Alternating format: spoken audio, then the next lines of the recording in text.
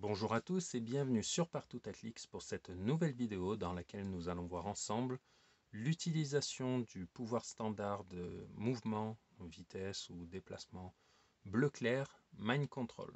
Alors dans un premier temps, si je vous précise bleu clair, c'est parce que dans HeroClix, vous pouvez voir que nous avons deux nuances de bleu, bleu clair et bleu foncé, et nous c'est bien du bleu clair dont nous allons parler.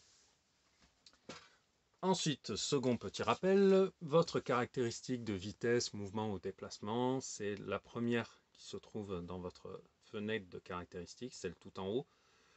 Juste à côté du symbole en forme d'aile si vous êtes volant, pied si vous êtes piéton, ou poisson si vous êtes un personnage aquatique. Et donc, quand la valeur inscrite ici est teintée de bleu clair, votre personnage peut utiliser Mind Control.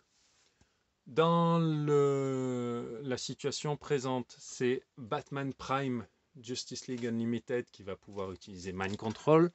Et comme vous pouvez le voir, en plus, on voit bien la distinction entre les deux bleus, puisqu'il a les deux sur son même clic. Bleu clair, bleu foncé, on voit bien à côté du symbole en forme de pied, le 6 est teinté de bleu clair. Il peut donc utiliser Mind Control. Alors, en face, nous avons Cheetah, Lex Luthor et Sinestro, qui sont des ennemis de Batman. Et donc, il se retrouve seul contre 3. Donc, et il va pouvoir utiliser Mind Control. Et Mind Control, ça dit quoi? Ça dit déjà que c'est utilisable en tant qu'action de range ou close. Ce qu'il faut comprendre, c'est que Mind Control, contrôle mental, on saisit assez rapidement le principe. Hein, c'est vous faites votre attaque, vous réussissez, vous contrôlez les figurines de l'ennemi. La nature de l'action que vous allez pouvoir donner au personnage, c'est, comme vous pouvez le voir, soit une close, soit une range. Si votre personnage a une portée inférieure à 6, la portée est au minimum de 6. Ça fait partie des règles que l'on a déjà pu voir, des minimums et des maximums. Mind Control, vous avez un minimum de 6 cases de portée, même si votre portée inscrite sur le dial est inférieure. Et ce pouvoir peut donc fonctionner à distance. Si c'est le cas, par exemple, là, Lex Luthor a un pouvoir, un bonus contre les attaques à distance, eh bien, il s'applique si Batman utilise Mind Control à distance, en tant que range donc, mais il peut aussi le faire au corps à corps, en tant que close, et là, les pouvoirs de défense qui fonctionnent à distance ne s'appliquent plus, d'accord?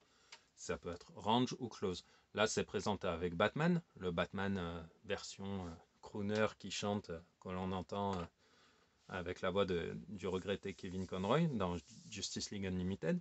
Mais il faut imaginer, en gros, si quelqu'un vient choper le professeur Xavier par le col de la veste, ça ne l'empêchera pas d'utiliser ses pouvoirs mentaux. Donc vous voyez le principe. Et donc, comment fonctionne Mind Control? En fait, là on va faire un premier cas assez simple. Batman va essayer, vous pouvez le voir, hop, il a deux cibles, mais là pour l'instant on va dire il est au corps à corps avec Luthor, et il va utiliser son pouvoir de Mind Control sur Luthor.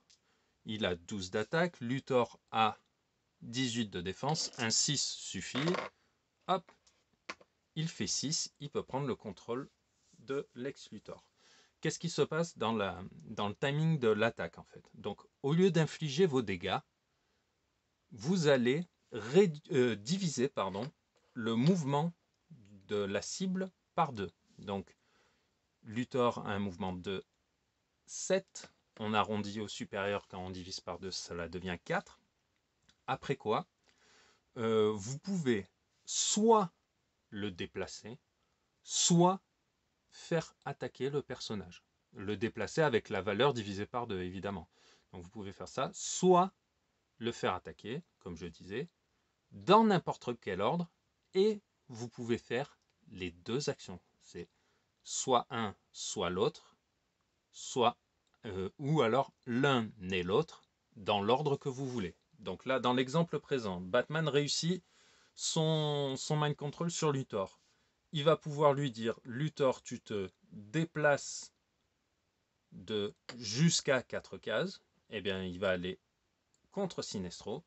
Et maintenant, tu vas pouvoir faire une attaque. Voilà, une attaque qui réussit et qui va infliger des dégâts à Sinestro. 3, 1, 2, 3, et le personnage est KO. Donc, grâce à un personnage de l'équipe adverse, j'ai mis KO un personnage ennemi.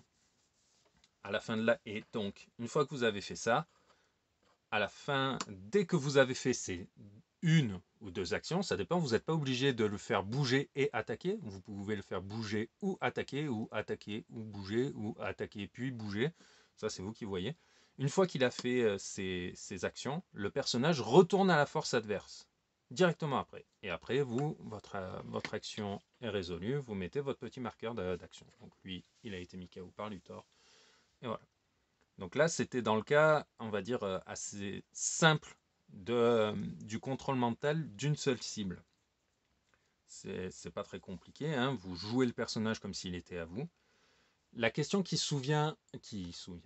revient souvent, pardon, j'ai cumulé et mélangé les deux mots, c'est quel pouvoir je peux utiliser quand je contrôle un personnage. En fait, vous allez pouvoir utiliser tous les pouvoirs sans nature. Alors, c'est pas un terme officiel là que j'utilise, c'est pour vous aider à comprendre en fait quel type de pouvoir vous pouvez utiliser quand vous faites un mind control. Quel pouvoir le personnage que vous allez contrôler peut utiliser. En fait, vous allez pouvoir utiliser tous les pouvoirs qui n'ont pas de nature, qui ne sont pas une move, qui ne sont pas une close, qui ne sont pas une free, qui ne sont pas une power.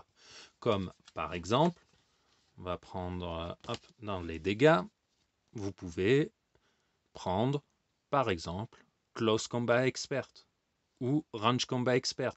Si je prends le contrôle mental de Sinestro, avec, imaginons, hein, là on refait l'action, il n'est pas mis KO par Luthor, au lieu de prendre le contrôle de Luthor, je prends le contrôle de Sinestro et je dis je vais tirer sur Luthor. Je fais une action qui n'a pas de nature, c'est un simple tir, on va dire. Donc le pouvoir qui est là s'applique. D'accord? Sur le même clic, Sinestro a, vous voyez, le pouvoir de déplacement rose, Sidestep. Sidestep, c'est une free. Et on voit bien que dans Mind Control, on vous donne accès qu'à move or make an attack. Or make an attack. Pas, on vous dit pas faites une free. Donc, sidestep, vous pouvez pas. On vous dit pas faites une power. Hypersonic Speak, vous pouvez pas. On vous dit pas faites une close. Fleury, vous ne pouvez pas. Donc, vous pouvez utiliser les pouvoirs qui sont passifs. On va appeler ça des pouvoirs passifs, des pouvoirs sans nature. Mais ça, c'est vraiment un terme que moi j'utilise. C'est pas un vrai terme du jeu. C'est pour que vous compreniez ce que vous avez le droit de faire ou de ne pas faire. Par exemple, Outwit, vous ne pouvez pas. Perplexe, vous ne pouvez pas. Support non plus. Donc voilà. Donc ça, c'était dans le cas où vous prenez le contrôle mental d'une seule cible. Là, on va profiter du fait que ce Batman a une portée de 6 et 2 éclairs. Hop là. Pour voir ce qui se passe quand on prend le contrôle mental de 2 cibles. Donc on va, hop là, on nettoie tout, on dit qu'on n'a rien fait, on n'a rien vu. Alors, c'est à moi de jouer, je suis Batman, je suis la nuit, je suis la vengeance, je fais mon jet d'attaque, hop, ça réussit, je fais 10, 10 et 12, 22, Sinestro a une défense de 19 à distance et Luthor de 20, ils sont touchés. Je prends le contrôle mental des deux personnages. Là, à ce moment-là précis, les deux personnages sont dans la même équipe que Batman. Donc, Luthor ne peut pas tirer sur Sinestro, Sinestro ne peut pas tirer sur Luthor. Ils sont dans la même équipe. On est d'accord? En revanche, ce que je peux faire, c'est dire à Luthor, vu il peut bouger et tirer, ou tirer puis bouger, je vais dire, tu vas bouger, puis tirer sur Cheetah, qui elle n'est pas dans notre équipe. D'accord? On fait le jet d'attaque. ça rate. Voilà. Et là, Luthor a bougé, tiré. Immédiatement, il retourne dans l'équipe adverse. Ce qui veut dire que maintenant, Sinestro peut lui aussi bouger puis tirer, mais pas que sur Cheetah, puisque Luthor a fait ses 2 actions, il revient immédiatement dans son équipe. Donc là, Sinestro, je divise son mouvement par 2 puisqu'il est la cible du contrôle mental de Batman. Je le bouge de 2 cases, parce que j'ai pas besoin d'aller plus loin. Et si je le souhaite, maintenant je peux prendre pour cible Lex Luthor. Hop, je lance les dés. Je suis à 17, 18 grâce au Range Combat Expert qui s'applique puisque c'est un pouvoir sans nature, un pouvoir passif. Ce n'est pas suffisant pour toucher la haute valeur de défense de Luthor. L'attaque est ratée. Je mets son marqueur à Batman et c'est aux ennemis de jouer. D'accord? Quand on va prendre le contrôle mental de plusieurs cibles, chaque fois que vous faites agir l'une des cibles, elle repasse dans l'autre camp. Vous ne restez pas allié jusqu'à la fin de l'action. C'est bien précisé dans le pouvoir que c'est bien une fois que vous avez fait dans l'ordre que vous voulez, une move et ou une attaque, then it reverts forces. Cela retourne dans sa force d'origine une fois que vous avez fait ces petites actions. Pas après la résolution de l'action totale. D'accord?